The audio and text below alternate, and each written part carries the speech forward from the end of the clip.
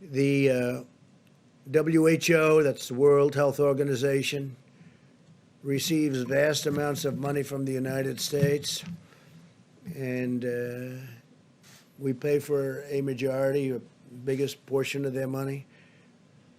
And they actually criticized and disagreed with my travel ban at the time I did it. And they were wrong. They've been wrong about a lot of things. And they had a lot of information early, and they didn't want to, they seemed to be very China-centric. And we have to look into that. So we're going to look into it. We give a majority of the money that they get. And it's much more than the $58 million is a small portion of what they've gotten over the years. Sometimes they get much more than that. Sometimes it's for programs that they're doing, and it's much bigger numbers. And if the programs are good, that's great as far as we're concerned. But we want to look into it. World Health Organization, because they really are, they called it wrong. They called it wrong. They missed the call. They could have called it months earlier. They would have known. And they should have known, and they probably did know. So we'll be looking into that very carefully, and we're going to put a hold on money spent to the WHO. We're going to put a very powerful hold on it, and we're going to see.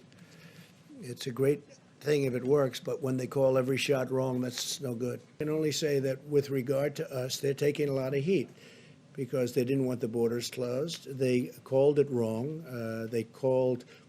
They really called, I would say, every aspect of it wrong. So until the funding freeze. I'm not happy about it. Look, we fund it. Take a look. I mean, go through step by step. They said there's no big deal, there's no big problem, there's no nothing. And then ultimately, when I closed it down, they actually said that I made a mistake in closing it down, and it turned out to be right. But at the time, they did that. So we're just going to take a look at it. We fund it, and they seem to be. I said recently in social media, I said they seem to be very China-centric. That's a nice way of saying it, but they seem to be very China-centric, and they seem to err always on the side of China, and we fund it. So I want to look into it. Yes, please. Thanks. A quick follow-up on that. So is it time to freeze funding to the WHO during a pandemic? No, maybe not. I mean, I'm not saying I'm going to do it, but we're going to look at it. You did say that. We give a tremendous, no, I didn't. I said we're going to look at it. We're going to investigate it. We're going to look at it. But we will look at ending funding. Yeah. Because you know what? They called it wrong. And if you look back over the years even, they're very much...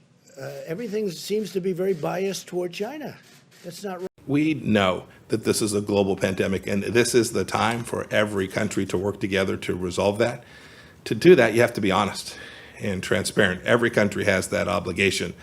We do our best to do that every day, to deliver the real data about the things we know, the things we learn. We do it in formal public channels. There's a couple hours every day where the president and the team, the task force team, come out and talk to the American people about what's going on. With the best information that we have available. We do that privately. We do that in our discussions. I was on the phone all morning with counterparts from Kazakhstan and from Egypt to share with them the things we're learning, the best practices we have. HHS is doing the same thing. CDC is doing the same thing. But we have an expectation. That expectation is that every country will do that the same way. And every nation, be they a democracy or not, has to share this information in a transparent, open, efficient way. There are still lots of things we don't know. We can only know them when the data set, the global data set, is available to every party. It has to be accurate. It has to be timely. It can't be grudging.